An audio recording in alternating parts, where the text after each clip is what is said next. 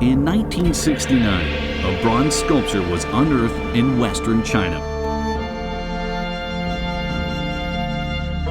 It was a sculpture of a horse with its head held high and 3 limbs suspended in midair.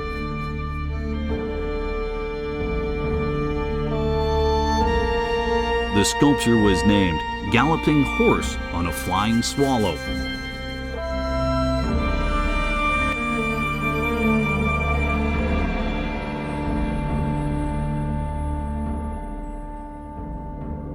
Images of horses are commonplace in Chinese traditional paintings and sculptures.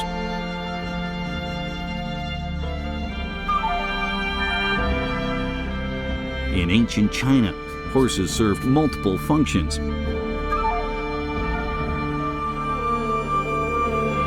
These beasts of burden were efficient tools of war, a method of communication, and played an important role in China's trading history.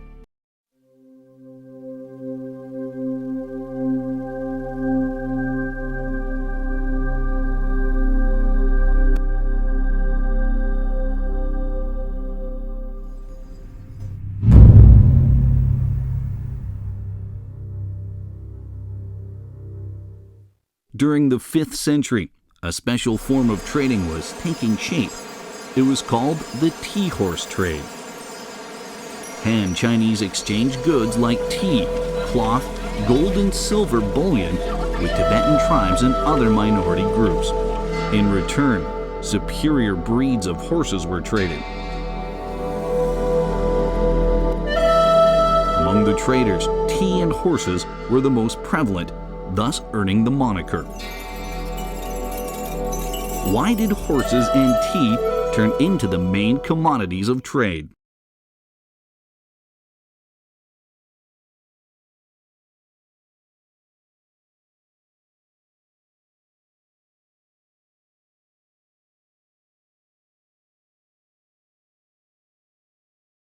Dating back to the Warring States period, waging war had changed. A new type of soldier rose to the fray, the cavalry. In those days, every kingdom saw the value in building their cavalries.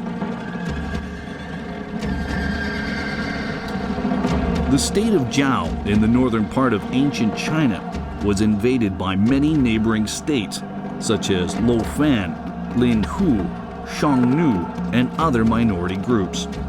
Zhao's military reform was only a matter of time.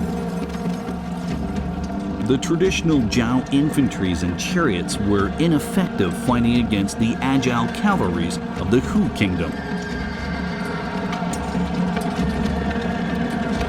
To remedy the situation, Emperor Wu Ling carried out an extensive military reform. He ordered a cut in the number of chariots and thus increased his number of cavalry.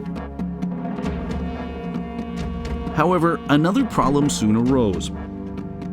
Han soldiers wore loose robes which were cumbersome when riding a horse. The Hu army wore short and tight clothing which were far more convenient. As part of Emperor Wu Ling's military reform, a change in the military uniforms became necessary.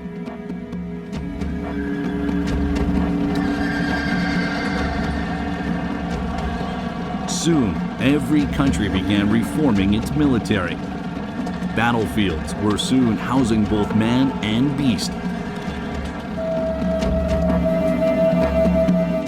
The old adage, a state depends on its military, a military depends on its horses, depicts the importance of horses on China's ancient battlefields.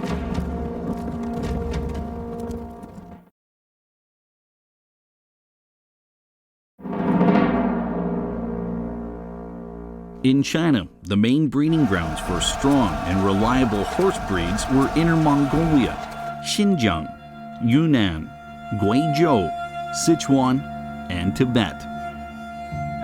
The most common breeds included Mongolian, Yili, Hechu, and Shandan horses. This map shows horse breeding areas were mainly in China's western regions, where people led nomadic lives. These areas in the Arctic alpine mountain ranges offer mostly unstable climate and harsh living conditions, seemingly an inhospitable environment for breeding horses, yet some of the toughest, most rugged, and reliable breeds came from these regions.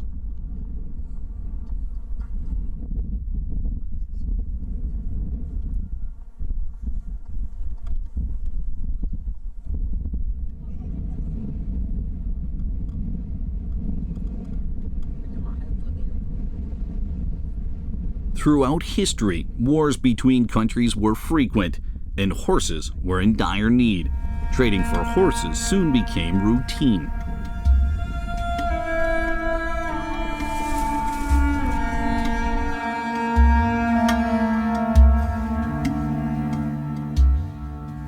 As early as the Southern and Northern dynasties, the Han people were trading gold and silver bullion, silk, and other commodities with the western frontiers for sturdy horses. Trades among ethnic groups in this period were called the silk and horse trade.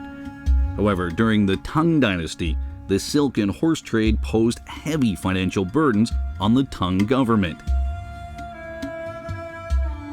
Due to environmental conditions, textile production at that time was quite limited. Silk was not readily available. What did the Tang government use to exchange for the horses?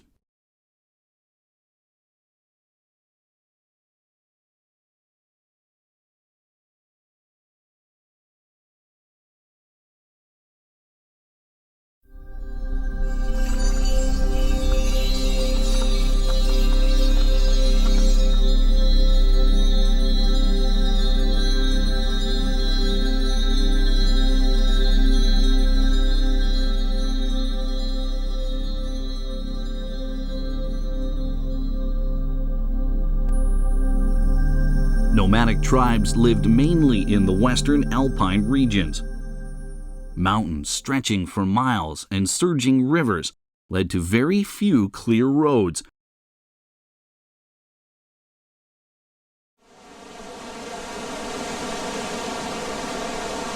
For these tribes, horses were a necessity. Like their horses, these nomads developed a lifestyle under these harsh conditions.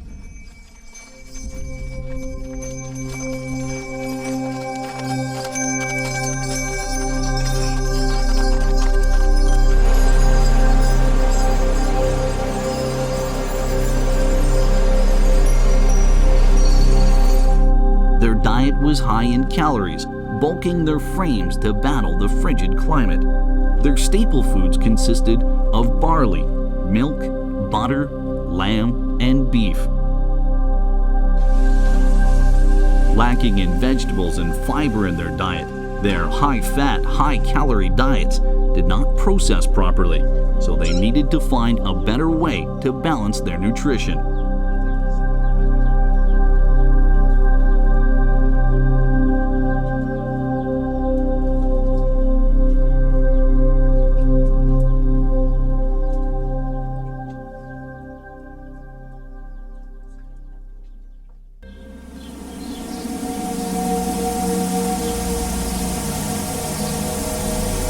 Since ancient times, the Chinese have been drinking tea. Initially, people drank tea for its medicinal value, aiding in metabolism. China's century-old tea culture was abundant, with many regions growing tea.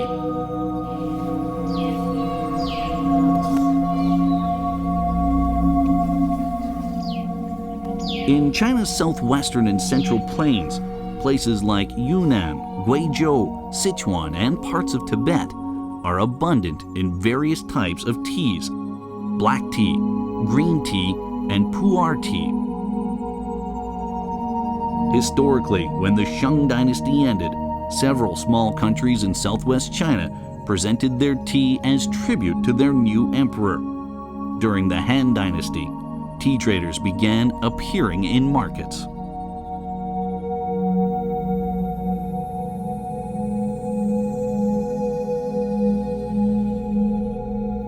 In Sichuan, the cradle of China's tea culture, tea was a tradition reserved for this region. During the Tang Dynasty, however, the tea industry had expanded well beyond Sichuan's borders.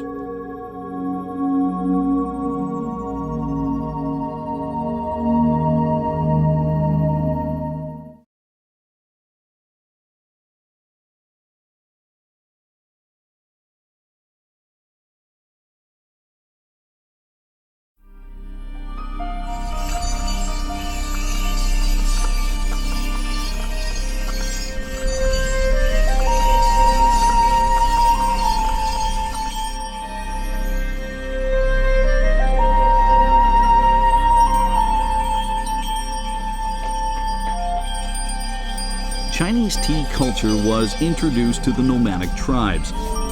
They soon developed their own tea culture with some unique traits. Butter tea became a symbol for the cultural exchange between the Han and Tibetan nations. Tea stood for the ancient Han agrarian culture, whereas butter stood for the ancient Tibetan culture of raising livestock. The development of tea culture in the plateau regions added a new facet to the Chinese tea culture. For the nomadic tribes, tea became an imperative nutritional supplement.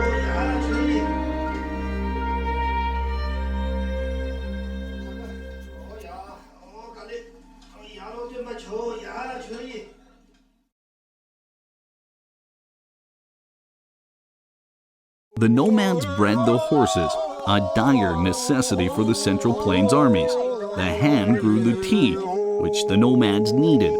Since the silk and horse trade greatly burdened the Tang government, this exchange was soon renamed the Tea and Horse Trade.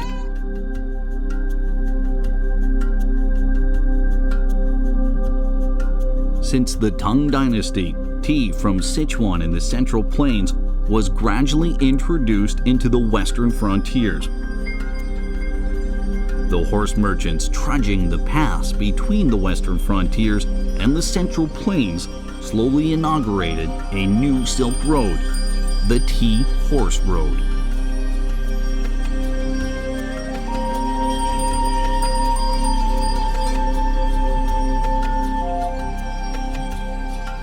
This is Sedong Street in Shaxi Township, southern Yunnan province.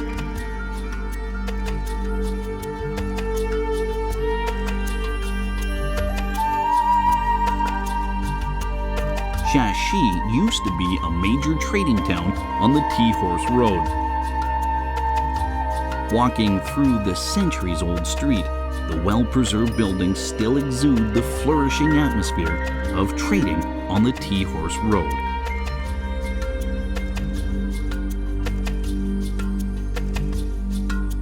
Sedong Street is one of the only surviving bazaars along the Tea Horse Road.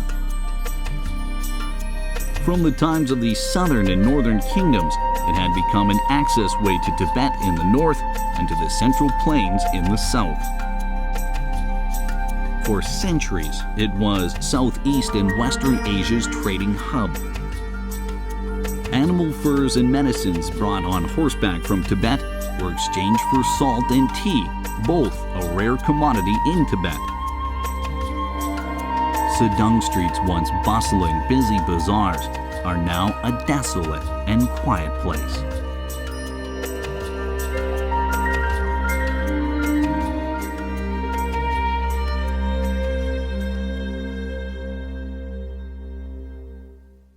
During the Song Dynasty, when the need for good horses increased, the government required large quantities of gold, silver, silk, medicine, and tea for trading.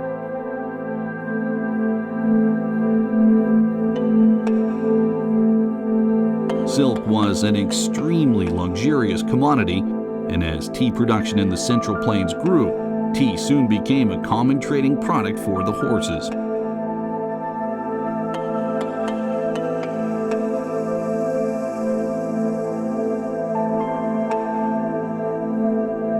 After conducting economic studies, the Song government chose to trade tea for the horses. The tea horse trade replaced the silk horse trade.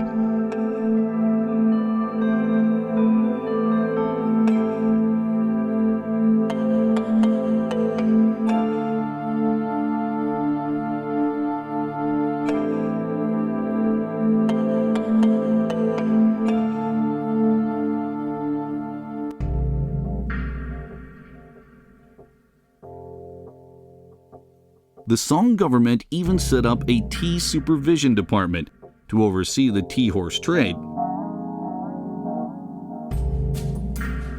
Market trades in this period reached an all-time high. Horses, furs, and medicine from Tibet, and tea, silk, salt, and daily necessities from the Central Plains were all traded in this open market. Other than being an essential trading tool, the tea horse trade soon became an important political platform, strengthening the ties between the two nations.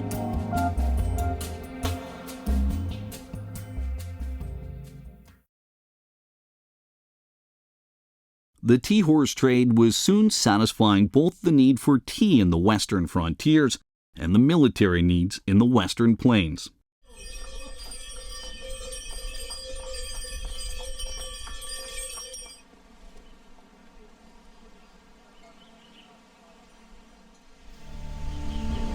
After establishing the tea horse trade policy, the Song government opened markets in China's northwestern regions, in part to further the exchange and to defend the kingdom's frontiers.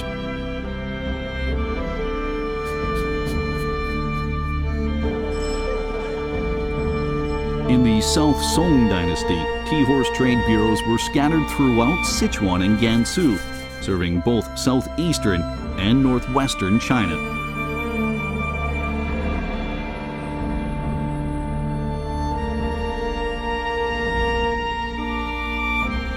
During the Yuan dynasty, rulers of the land were typically of nomadic origins, making for a plentiful supply of horses for the military. The tea exchange turned mainly towards silver and local goods. In the early Ming dynasty, the tea horse exchange was restored as the Ming government followed the Song dynasty policies, setting up tea horse bureaus in strategic trade positions. The Ming dynasty's policy was kept during the Qing dynasty. Agencies were established across the country, in places like Xining, Hezhou, and Zhuangleng, supervised by Shanxi trading officials. Each year, tea from Sichuan and Shanxi was exchanged for the horses from Qinghai. In later years, the need for the horses declined, and the Qing government gradually began to phase out the regulation of the trades. In 1705, the Qing government approved free tea and horse trading, which brought Qinghai's tea horse trading back and to a peak.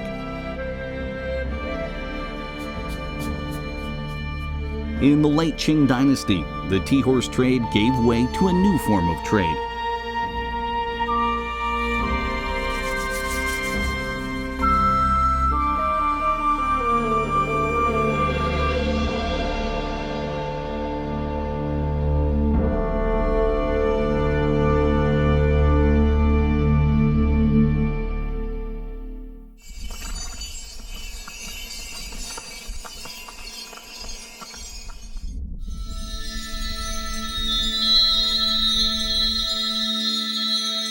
Industrialization and development in transportation methods led to an increased interaction among China's many ethnic groups. Soon, the trading commodities along the tea horse road were varied greatly. In addition to the increasing need for tea, minority groups needed silk, textile, and iron. The demand for trades among these groups grew, leading to great prosperity for all the traders along the tea horse road.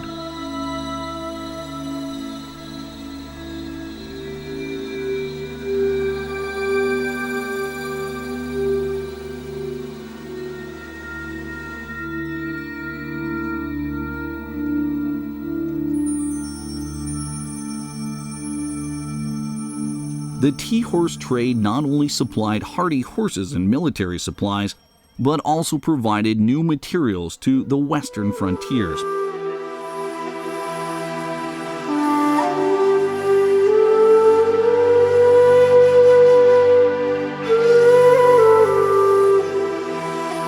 became a bridge connecting the Han Kingdom and the nomadic tribes in the west.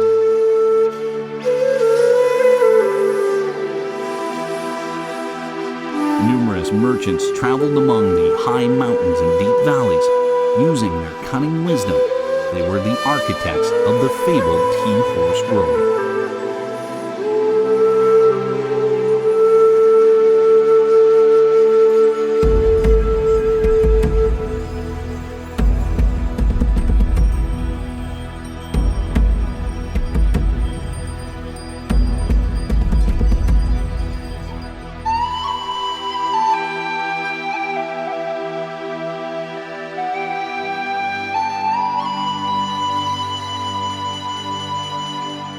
The wealth left behind by these ancient merchants is still evident on the stones and alleys they've paved. Today, horse and mule convoys are still walking the same paths.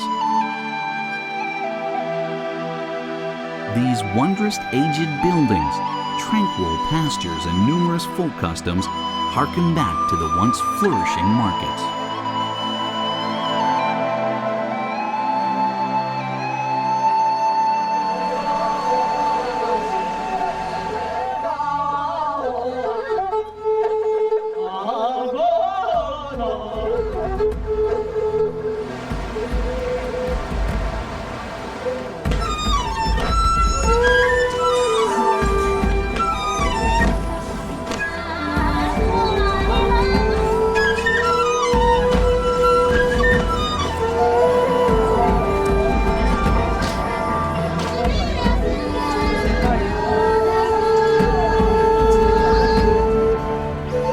Walking these lanes, treading on the shining bricks, history unravels.